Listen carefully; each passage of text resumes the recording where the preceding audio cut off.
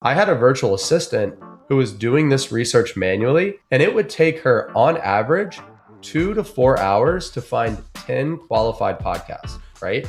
And it just found us 3 in about 5 minutes. 1, are qualified and are going to be worth our time. 2, actually have our ideal customers in the audience. And then 3, draft pitches to the hosts of those podcasts that are fully personalized, that don't sound like AI, that actually convert. And this one podcast guest opportunity, I'm not exaggerating, Scott, accounted for 50% of our community members at one point. 50% of our paid community members heard about me from this one podcast guest opportunity. I'm going to share something right now. I haven't shared because I just discovered it.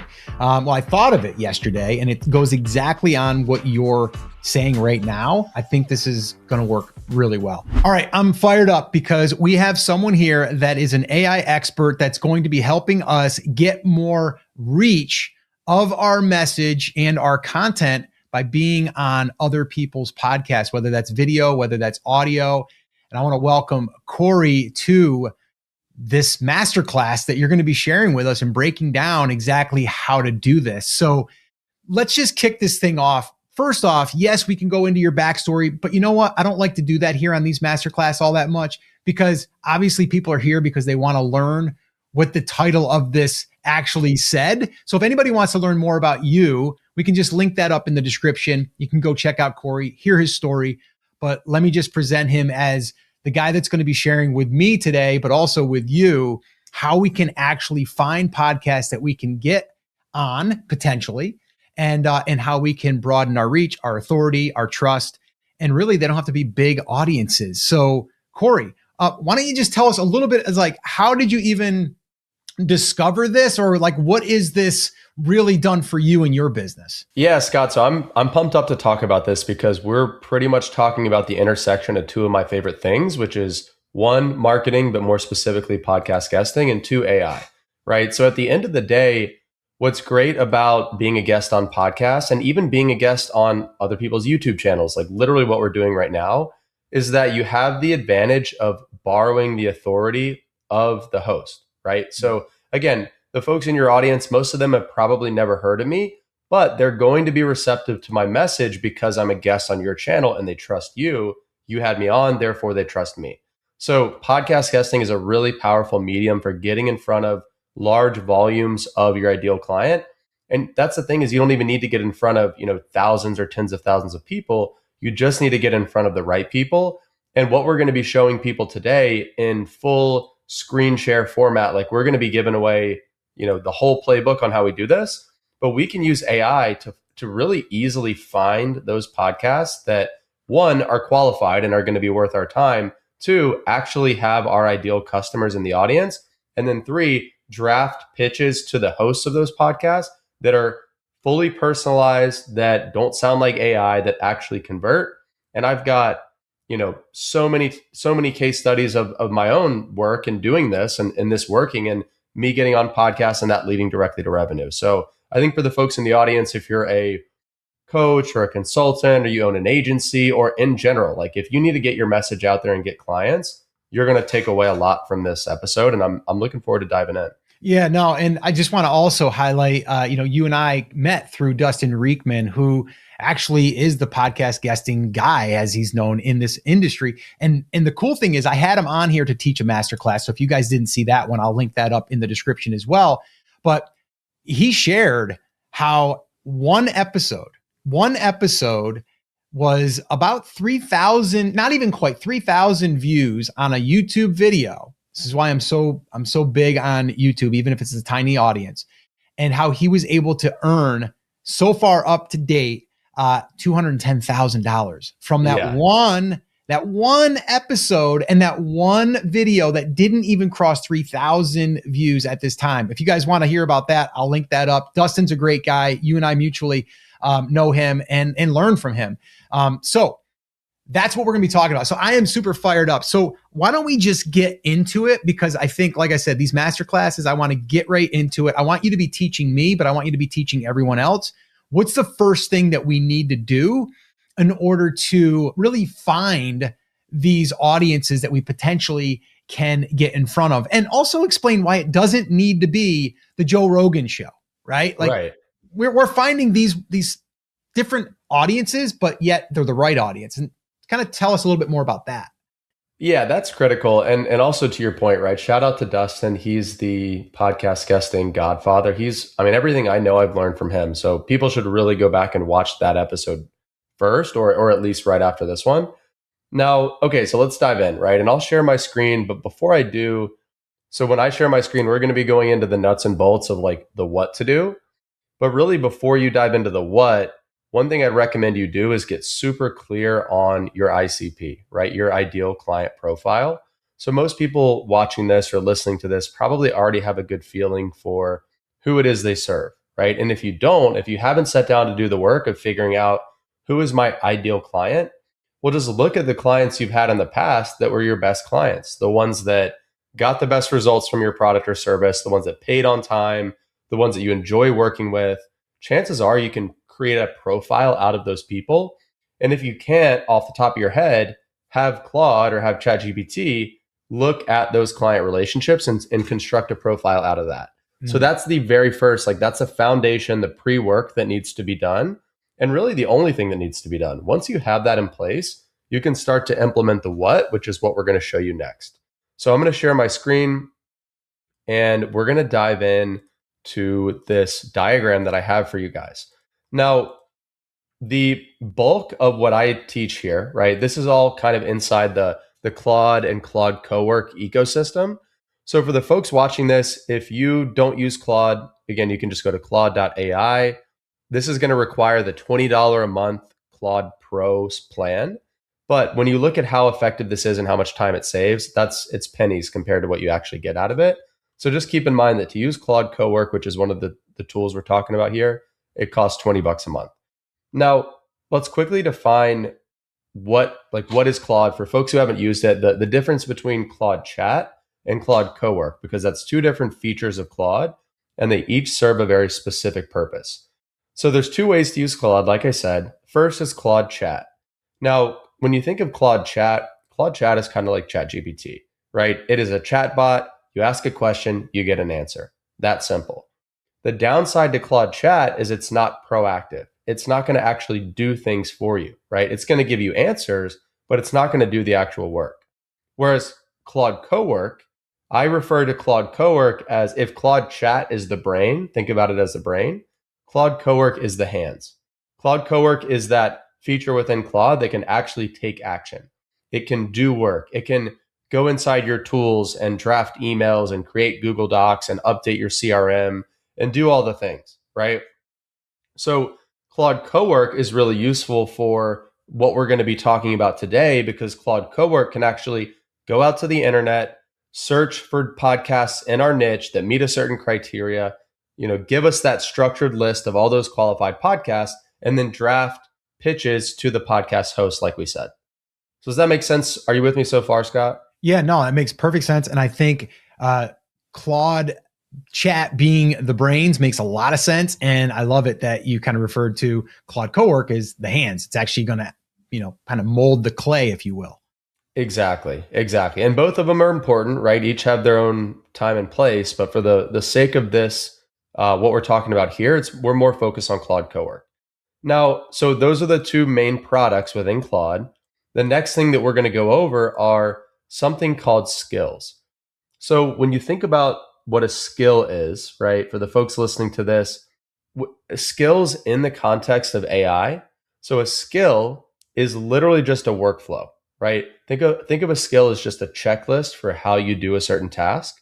And that checklist or that skill is a capability that you can give to the AI to just do that task the same way every time, right? So what that looks like in practice is, let's say, we'll just use the example of what we're going to go over today. Our process for finding qualified podcasts is like a 15-step process, for example, right? So theoretically, I could go, me personally, Corey, the human, I could go and execute all 15 of those steps manually every time, or I could turn that into a skill by simply telling Claude, hey, this is my checklist. This is my process. I want you to turn that into a skill file And then I want you to install it in yourself. And then every time I ask you to research podcasts, you're going to run that skill and do it for me. Like at its core, that's really all that a skill is, right? So the beauty of a skill is, again, we build it one time and then the AI can run it over and over again the same way every time. It's kind of like having an employee that never makes mistakes and that never deviates from the plan, right? That's exactly what a skill is in this case. So again, here in my diagram, I have a skill is just a recipe for your business workflow. So again, we build the skill once, which is the recipe, and then we hand it to Claude Cowork and Claude Cowork executes it, right? Now, when it comes to building skills, you'll see for the demonstration today, we're actually going to use two different skills. Skill number one is going to be for finding the podcast. Skill number two is, well, once we found the podcast, skill number two is actually going to write the pitch. And the reason those are two separate skills versus just lumping both of those workflows into one skill is a really good skill does one specific thing really well, right? Think of a skill as like one super specialized employee. Like if if I want to have the best marketing employee in the world, I'm not going to have them doing sales and I'm not going to have them doing finance and I'm not going to have them doing like back office admin work. I'm going to have them laser focusing on marketing because the employee that's a specialist in marketing is probably going to be way better than the employee that's okay at all the other things. So it's the same thing applies here. A good skill does one thing really well, which is why we have two in this case. Our podcast research skill does a really good job of finding podcasts, and then our podcast pitching skill does a really good job of writing pitches. And that, I have right there in the box next to it, it's self-explanatory, but like a bad skill tries to do too many things. Because when you try to stuff too many different things into a skill, it ends up being mediocre at all of them. Does that make sense so far? Yeah, no, it's perfect. Really, really good demonstration. And this is all making it clearer by seeing the visual. So I appreciate you doing that. Yeah, absolutely. So, and again, folks are probably thinking like, okay, how do I build a skill for myself or how do I get started with skills? So what's really cool about Claude and Claude Cowork in particular is it comes out of the box with a pre-installed skill called Skill Builder, right? Which sounds kind of crazy, but you can simply tell Claude, hey, build me this skill, and it will just build it, right? Now, for the folks watching this, a lot of you guys might be using Google Drive, or you might be using Dropbox, or you might have, whether it's an SOP, like a standard operating procedure, or a checklist, or like a way that you've done a process documented in some way. So if that's you can connect Claude to your Google Drive, for example, and say, hey, Claude, go find all of my SOPs or go find all of my checklists in my Google Drive and just turn them into skills, right? So it can do that.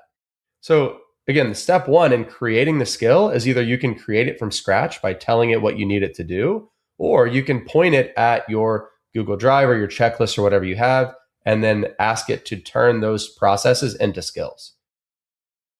And then step two is installing the skill, which is as simple as clicking the Save Skill button, right? So we can either drag and drop an existing skill file into Claude, such as the ones that we're going to run here shortly. We're going to actually give those away to you guys. So when you download the free skills that we're going to give you here to do the podcast research, all that you do to install that is you literally go into your Claude, you click skills, you click create skill, and then you click upload, and then you drag and drop. So it's super simple to drag and drop a pre-existing skill. And then lastly, you can customize. So you can, once you have the skill installed, anytime you want to update that skill, and let's say, for example, Scott, that one of our skills gives us a Word doc as the output. Let's say that that's how we built the skill in the first place. And let's say a couple of weeks down the road, we decide, well, actually, I don't want that to give me a Word doc. I'd rather have it give me a Google Sheet instead. Well, we can simply tell Claude, hey, I want you to update that skill to give me a Google Sheet instead of a Word doc. And it will simply update itself accordingly. And all you have to do is click save, and then it's updated.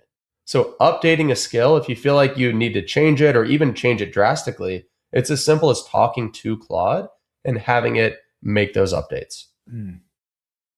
That's great. So that is skills. Now, the last thing that we're going to touch on specific to skills, and this is actually really important, and a lot of people leave this out, is the idea of reference files, right?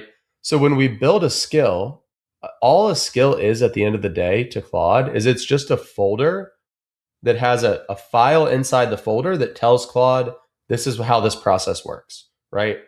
And now what you can do, what you can add to that skill are what are called reference files. And reference files are just examples of what good looks like.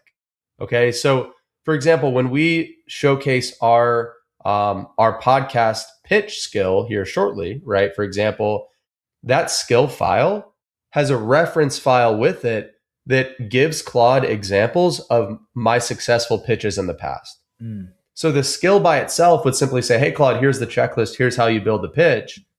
But by giving it these reference files, now Claude has something to go off of. Now Claude can say like, oh, okay, I see these 3 reference files. These are 3 pitches that clearly worked for Corey in the past. So I'm gonna write my new ones based on these. And it's the same concept for, like I have a skill that writes my weekly newsletter. The skill by itself would be great, right? But what makes the skill really good is it includes 5 reference files of my best newsletters. Mm-hmm. So again, every time Claude goes to write a new one, it looks at those reference files and then writes it based on those reference files. Does that make sense? Yeah, no, it does. And I'm kind of even relating this a little bit to ChatGPT because it's very similar to where you have a project, then you have project files, and it has almost references. Or if you did a GPT, then you're going to upload reference files so it knows. So it's kind of like you're giving it, like you said, a version that you're approving, saying like that there was my best. That's exactly. Also what I want you to replicate. Not that you're copying it, but you're pulling like whatever it is, the wording, the framing, the positioning, like whatever. And then obviously you're going to be able to probably customize that in the future. Is that correct? 100%. And again, people listening to this are probably thinking to themselves like, oh, I actually already do this, but I do it manually every time, right? Because before I knew about skills, anytime I would have Claude write something for me or produce something for me, I would always give it a prompt. And then I would upload a file of something that I did in the past that looked good. And I'd say, hey, I need you to write XYZ. Here's one that I wrote 2 weeks ago so that you know what it should look like. Yeah, right. Yeah. So a lot of people are already probably doing this manually. The difference between the way they're doing it manually and this is, again, you build the skill file once, you give it the reference files once, and it never forgets. So once the skill is in place and the reference files are in there as well, literally all you have to do is tell Claude, hey, run the skill, and it'll just do it. And it's that simple. And we'll show you guys in a second what that looks like in the context of the podcast research and the pitch writing. But you'll see it's a 1-line command. It's not even a line. It's like 4 words that I run for it to go and do the research and then to go and write the pitch because the skill is really dialed in. So does that all make sense, Scott? Do you think we're ready to jump into? Yeah, I think we're ready. But one thing I do want to just let people know is like what Corey's doing here is just brilliant. And, it's making it even easier to implement, but to make it even easier, he is going to include a free resource that'll have all this in it. So I definitely want to encourage you in the comments to either just comment skills or you will go ahead and link it up in the description, depending on when you're listening to this. It should be in the description, but if not, just comment skills and we'll send it to you. But I think it's amazing that you're giving us that because now all we have to do is just literally install it. If you showed us how to, install it, we run it, and it's going to be able to do the work that you've kind of already done. So I really like that. But I think this is cool too to see like we can, if I wanted to have my emails, a little bit of an assistant, like let's say that kind of pre-writes my emails and then I can kind of look at them. It gets me 80% of the way there. What you're telling me is then I can actually, just like I'm writing a pitch, I can also do a skill to help me create my emails. So this way here, I can have an email written and I can go, yeah, I love 80% of that. Or, I'm going to fix some of it, or maybe it's great, So is that what I'm hearing as well? Exactly. Yeah. And so when we jump into my Claude, I'll show you again, I've got skills for all different kinds of things that I do on a regular basis. If you wanted to, you could have hundreds or thousands of skills inside your Claude. Again, think of anything that you do on any sort of regular repeated basis that could be turned into a skill. So I'll share my screen here. We'll jump into my Claude. And before I show you guys the actual podcast workflow, right? If we look inside Claude, this is what the Claude desktop app looks like. So you come into customize. And again, if you go in the description and download the skills that I'm about to show you, free in the description, if you download those, all you do is you come into Claude, you click on capabilities, come down here to customize, and you click skills, and then you come up here to add, and then you upload a skill. And then again, the ones that you just downloaded, you literally drag and drop it right here, click upload, and then everything I'm about to show you, you can do with one simple command, right? Awesome. So it's really that easy. And again, just to show you, right, I've got all these different skills that I built for myself, everything from writing my newsletter to generating different lead magnets to creating other context files to updating some of my client assets and pieces of information, writing email sequences, responding to leads, like anything you can think of realistically could be turned into a skill. So that's kind of everything about skills. Now let's talk about the podcast research and pitch ones in particular, because that's what people are here for, right? Now, as you can see, the skill that I ran in this case, and I'll even zoom in a little bit, is our podcast research skill. And all I told Claude was, hey, find me 3 qualified podcasts in the marketing niche. And because I ran the skill, I don't have to give it any more context, right? All the context is actually stored in the skill. So when I say find me 3 qualified podcasts in the marketing niche, Claude already knows what qualified means, right? It already knows what I'm looking for because I already built the skill. And in this case, qualified to us means 3 things, right? A qualified podcast is one that has anywhere from 50 to 1,000 Apple podcast ratings. And the reason that we like that range is because it's small enough where we can have a realistic chance of getting, a response from the host. And it's big enough to have an impact if we actually get on and deliver our message, right? So that's the first criteria, 50 to 1,000 Apple podcast ratings. Criteria number 2 is they have to do interviews. So Claude is actually going to scan all the episodes for each podcast and make a determination, does this podcast do interview episodes or do they not? Because if they've never done interviews before, the chances of us being their very first interview are very slim, obviously, right? And the third criteria that the skill has and that Claude's going to look for is this an active podcast, right? Is this a podcast that is still up to date? Because Scott, I'm sure you've seen the podcasts out there that they have 200 episodes and they've got 75 Apple podcast ratings, but they haven't uploaded a new episode since 2025. So obviously we're going to leave those out. So again, the skill tells Claude that, hey, these are the 3 criteria that we're looking for. And all I need to tell it is how many do I want it to find and what niche do I want it to be in? So in this case, just for the sake of our example, I said, hey, find me 3 and find them in the marketing niche, right? So all I had to do is run that skill. Claude actually went ahead and opened a new tab in my Google Chrome because Claude can work inside your internet browser. And it started doing research. It just started, shuffling through podcasts really quickly to find ones that met that criteria. And you'll even see here, it's kind of giving us its thought process. So it found a podcast called Marketecture and it excluded it because it had 24 ratings. It found one called Content Sells and it excluded it because it only had 15 ratings, right? And then it found one that it was qualified. So it said the AI Marketing Companion qualifies. It has 87 ratings, it's active, and they do an interview format. So it noticed that one was qualified, and then it was going to look for 2 more. And then it said, done, 3 qualified marketing podcasts added to your podcast outreach database. Now, this podcast outreach database is a simple little database that we built inside Notion. So we actually built the skill to, when Claude finds us the qualified podcast, it'll just put them in our Notion document, right? Just like we want. You don't have to use Notion. You can customize this to, put them in a Google Doc or a Google Sheet or whatever you want. That just shows how flexible skills are, right? You can edit it as you see fit. But what it did is you can see it kind of gave us what the full output. So it said it looked across 30 candidate shows. It ran 6 total searches. It verified 18 of them, and it stopped once it had qualified 3 of them. And so the 3 that it found that were qualified were one called Marketing Beyond, 177 ratings. It's a weekly show, and they do interviews every episode.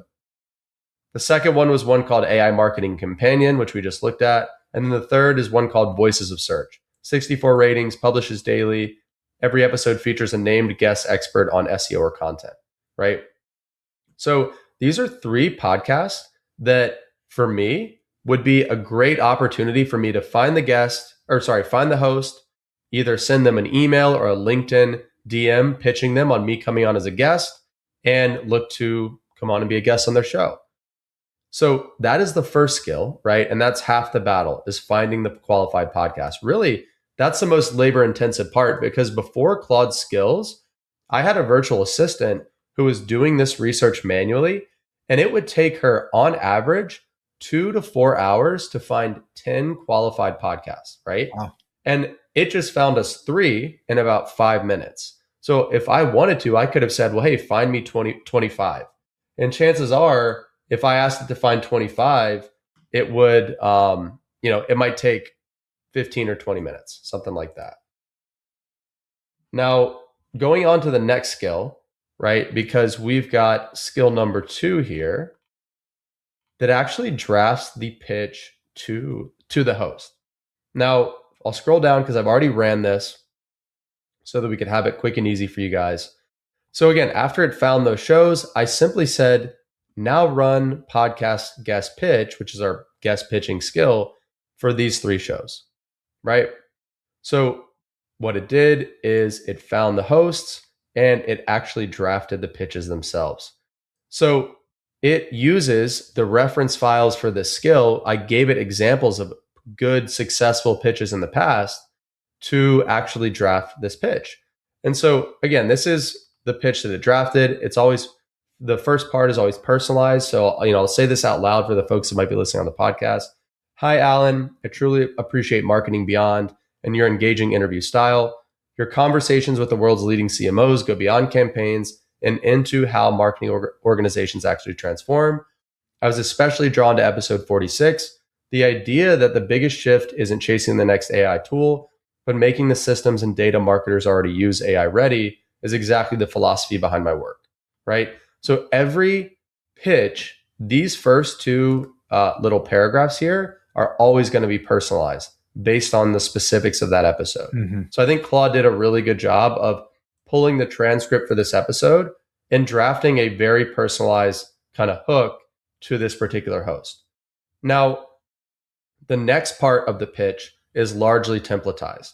So we always personalize the beginning, and then from there, we can kind of drop in more of our templatized content, which is like, well, hey, after building and stepping away from a $16 million e-commerce business, I actually now help non-technical entrepreneurs implement AI systems to reclaim time and boost revenue. I'd love to come on as a guest to share. And this is where you drop your 4 credibility points, mm-hmm. right? These are the things that I could share with your audience. Would you be open to having me on? Best regards, Corey, co-founder of returnmytime.com. And now the reason the template looks the way that it does is that it follows this cadence, even down to what we put in the subject line. All of this is Dustin, who you mentioned at the beginning of the episode, Dustin Riekman. This is his playbook. This is his template. So I took, the OG, the godfather of podcast guesting, his methodology and his template, turned it into a Claude skill. And it basically uses his format and his style to write these, which is why they're so effective. And it did that for all 3 episodes. So there was pitch number 1 for that podcast, pitch number 2 for the AI Marketing Companion, pitch number 3 for the Voices of Search. And you'll notice they're very similar, right? Subject line, first two or 3 sentences are very personalized. Then it's our little templated bullet points of how we can help and what we can teach their episode or their audience. Yeah, no, this is great. And just so people know, Dustin teaches this. He has literally a program that he has you go through. And at this time of recording this is $10,000. So it's like you guys are getting like access to this that we both paid a lot of money to get.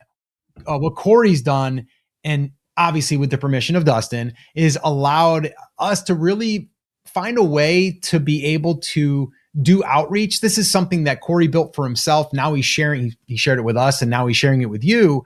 But this is something that is going to allow you to at least be able to do that. Now, is there more to it? Yes, you got to show up as a good guest. You got to have ways of getting, people to become in your audience a lead, or, like you need that other stuff. And that's a lot of what Dustin talks about as well. But I just want you guys to know the value in this, because getting on a show, even if it's only got, remember the beginning of this where I told you Dustin got on a show that only had about under 3,000 views, and he produced $210,000 and growing, not to mention all the doors it opened. This is powerful, right? And so I've been talking about this a lot, right?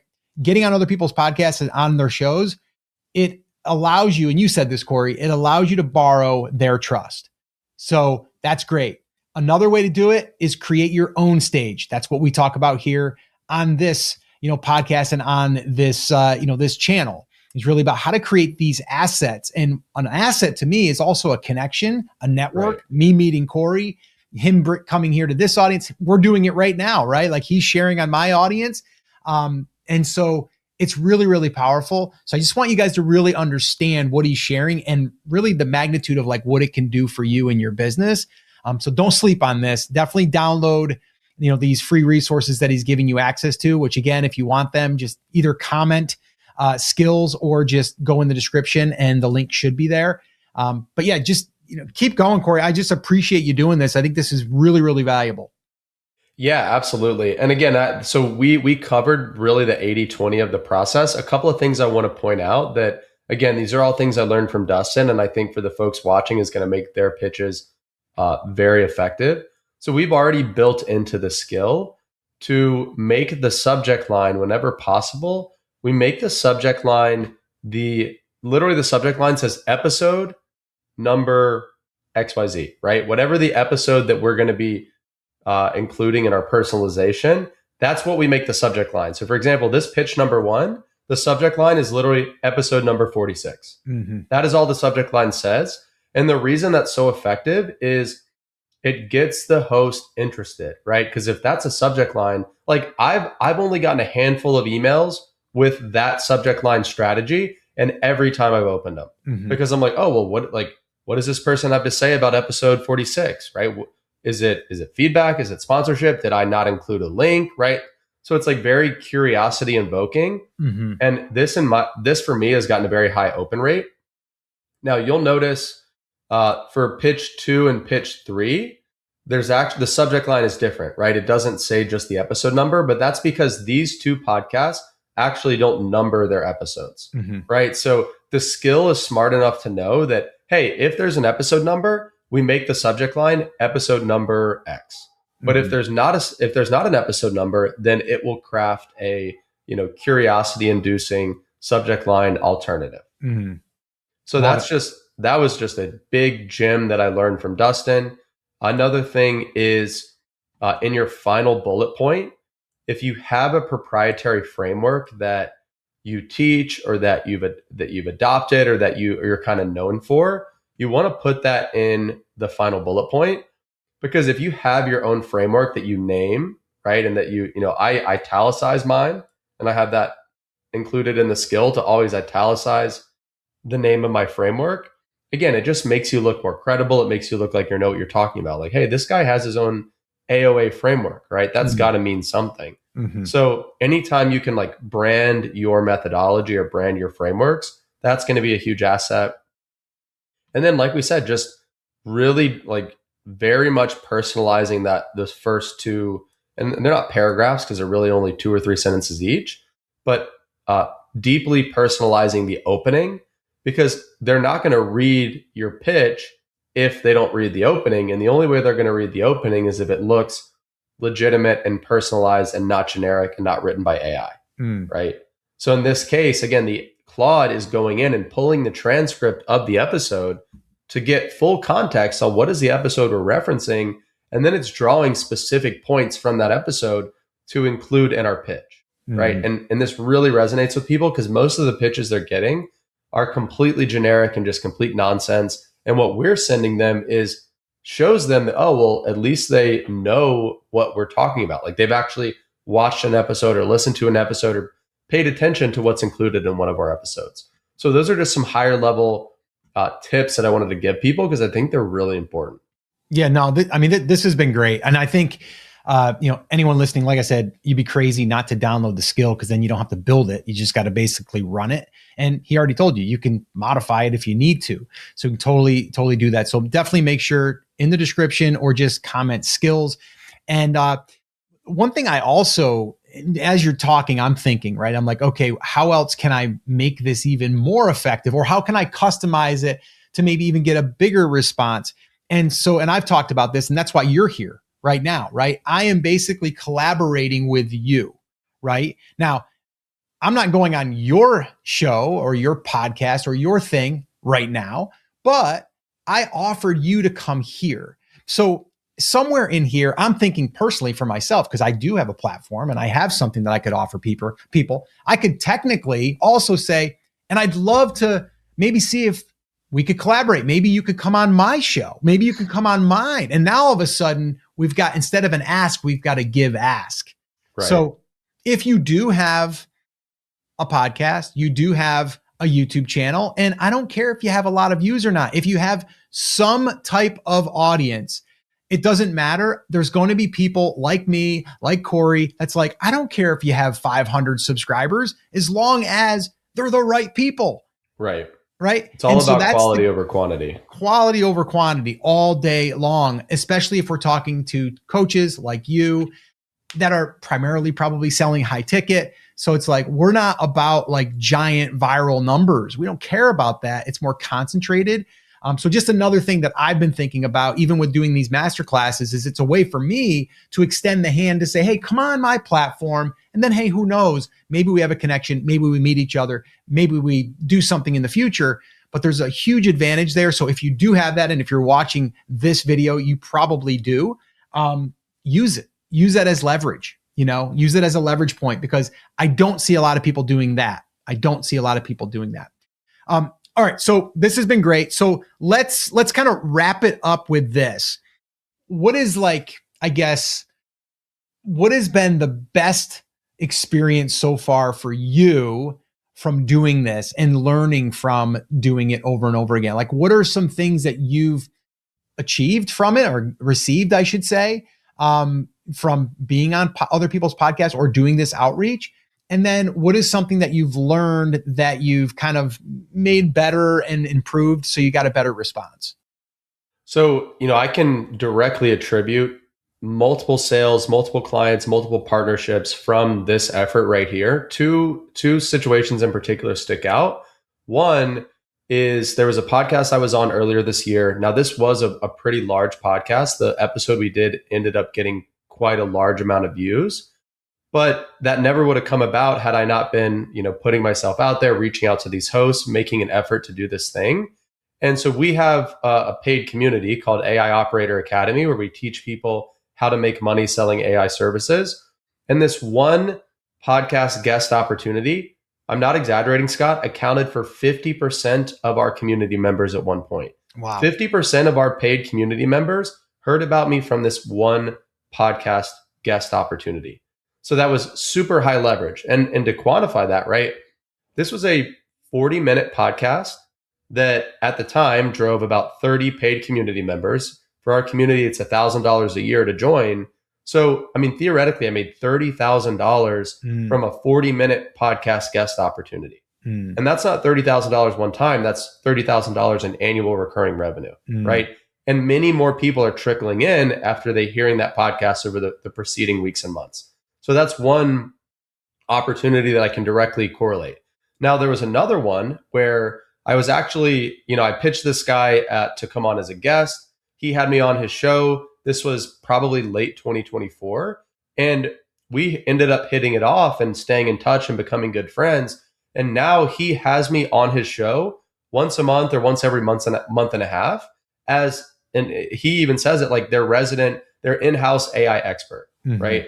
So every month I'll go on there and we'll just kind of chat about whatever's going on in AI. I'll teach a concept or we'll talk about a service or, we'll just kind of shoot the breeze about AI. And that has led to my highest ticket recurring consulting client that I charge on a monthly retainer heard me on that show. Right. And that this particular client is a CEO of a $150 million a year fintech company. It's like very legitimate person, very high value client. Not only is he my highest value consulting client, but now we put a proposal in front of him 2 days ago for a much higher ticket service, for our company Return My Time to work with his company on that behalf. So it's like it unlocks so many opportunities. So you mentioned, it's like, well, what have I kind of tweaked or improved over time? One thing that I did a really poor job of early on is it's like we do a lot of work to get on these podcasts, and maybe we follow up with the host, maybe we develop a relationship with the host, but we forget about all the other people that have also been a guest on that same podcast. Because think about it, if you get on a podcast that has had other guests, that a lot of those guests probably have a platform, right? Or probably could be strategic partners of yours, or could be referral partners, or could be clients, right? You never know. So it's like I wasted so much opportunity by not reaching out to the other guests of the shows that I was on. And once I started doing that, I realized, I'm like, oh, I was just on this podcast. That same guy had 20 other people on his show over the past year, all of which have their own podcast. So now when I reach out to them, it's totally a warm outreach. I'm like, hey, I'm Corey. We were both on this same podcast this year, right? You know the host, John. I love John. We become friends. Why don't we set up a call to chat and see how we could potentially work together? And your response rate on that kind of outreach is going to be over 50% because you have that relationship anchor so solid already. Yeah, I love that. Actually, I'm going to share something right now I haven't shared because I just discovered it. I thought of it yesterday, and it goes exactly on what you're saying right now. And I want you to tell me what you think on this. I think this is going to work really well. So, John Meese, him and Dustin are good friends. I've become good friends with John. I'm also a client of his. And I'm doing some coaching with him on his YouTube channel, right? Yep. I'm helping him get his authority. We call it the authority binge effect in effect, actually. Like we're trying to build this thing for him, right? Or help him build it out. And so I got thinking about it, and I'm like, I'm working with John. John has been on a lot of podcasts. Yep. So maybe what I need to do, and I messaged Scotty and I said, here's a strategy. Let's find out all the podcasts that John's been on, and you reach out to the host and say, hey, I'm working with John on helping him with his YouTube channel to build out his authority. Yep. I was wondering if maybe we can get on a call and chat. Maybe we can work together, or maybe we could get on each other's podcast, something like that, right? But this way, this person's like, oh, I know John. I had him on the podcast. Oh, you're working with John, so John must trust you. Right. And then so from there, I think, like you said, it's a warm outreach. And I had someone else do that. A bunch of people have done it actually over the years, but someone heard me on, who also was a guest on, let's see, John Lee Dumas, Entrepreneurs on Fire. Like I was on his podcast 3 times, right? Yep. And so, he basically, someone reached out and go, oh, I noticed that you were on, EO Fire. And, like I listened to the episode. It was great. I also was on there, and I was wondering if maybe you wanted to jump on a call and see. So literally we already had a connection. Right. You're so much more like you're going to be so much more open to that because, again, the same way being on the podcast gets you the credibility of the host. You borrow the credibility of the host. By you being on the same podcast as another person, you have that shared credibility of the host, right? Like the host is still the glue in both cases. It's just a little different dynamic. But to your point, like you could probably reach out. I mean, Entrepreneur on Fire has been going on for years, if not decades at this point. Yep. Probably a couple thousand guests, if I had to guess, total. Yep. Think about how many, you could make it an entire campaign for you just to reach out to Entrepreneur on Fire podcast guests and figure out of these, 2,000 people, who has a platform, who's a potential referral partner, who's a potential strategic partner, who's a potential client, and kind of bucket them into one of those 4 buckets. Yep. And if you just did that, you would probably have so much opportunity you wouldn't know what to do with it. Yeah. So what would we do for that? Would we build a skill? You could. I mean, that honestly, that's what I would do. I would build, and we actually have one very similar. It doesn't go. It's not that specific, Yeah. but it's called I think we call it like the guest extractor skill. Mm-hmm. So any podcast that we're on, we'll run the skill afterwards, and it looks at every other guest, and it kind of puts them into one of those buckets. Like, hey, do they have a podcast? Do they have a YouTube channel? Do they have an audience of any kind? That's great. Are they a potential referral partner? Are they a potential client? And kind of buckets them, and then prioritizes outreach based on what bucket they fall into. So absolutely, that should be a skill. Yeah, yeah. And that's how I would do it. Yeah. All right. Well, great. So what's the last thing that you want to leave people with here before we rock and roll? And also let people know, I know we've already talked about the skill, but how people can learn more about you and what you do and all of that. But any other last little tips, and just let people know how they can get in touch with you. Yeah. I mean, last tip is like, look, this stuff works, right? It's a learning process just like anything else. And at the end of the day, it is a cold outreach process, right? So it's a numbers game. So what I hate to see is people, they'll send 6 or 7 emails to podcast hosts, even if they're super personalized using the skill, and they won't get a response, and then they give up. So one thing that I did that I would recommend people do is just keep your metrics at hand, or your funnel, right? How many pitches did you send? How many times did you follow up? How many replies did you get? How many shows did you book? How many shows did you complete? And then once you've sent, 200 pitches, give or take, you'll have a really good handle of, okay, based on my metrics, I know I need to send X amount of pitches to get on Y amount of shows. And once you have that data, then you just work the numbers, right? Let's say it's 10. For me, it's been roughly, if I send 10 pitches, I'm going to get on about 2 shows on average. Okay. So that means I know that if I'm sending 10 pitches a week over the course of a quarter, then I'm going to get on roughly 2 shows a week. And that's great. That's a great metric for me. Sure. So that's my advice, is like, find that metric. As far as where to find me and interact with me, so I have my own podcast as well. It's called Build with AI. Highly recommend anybody that's interested in the world of AI, especially if you want to turn AI into ROI by selling it as a service or actually making money with AI. That's what I teach on Build with AI. So that's on every podcast platform, and it's on my YouTube channel as well, Corey Ganem. Yep. Awesome. Well, Corey, this has been great. And some of you don't know, or most of you don't know, but me and Corey live in the same area. So we had coffee before this, and here we are. That's how it works, right? Like, you meet people. I can't stress that enough, Corey. Like, this year is the year for me to only focus on connections, networking. How can I serve? And I've always done that over the years, but I'm really focusing on being intentional right now with this, with this brand. And I'm super excited that I found you, and I'm super excited that we're going to probably be able to hang out in Nashville as well. So anyway, thank you so much. This has been an amazing masterclass. Guys, go check out Corey, check out the resources. And Corey, I just want to say thank you, man. I appreciate you. And we'll definitely be hanging out soon. Looking forward to it. Well, thanks so much for having me.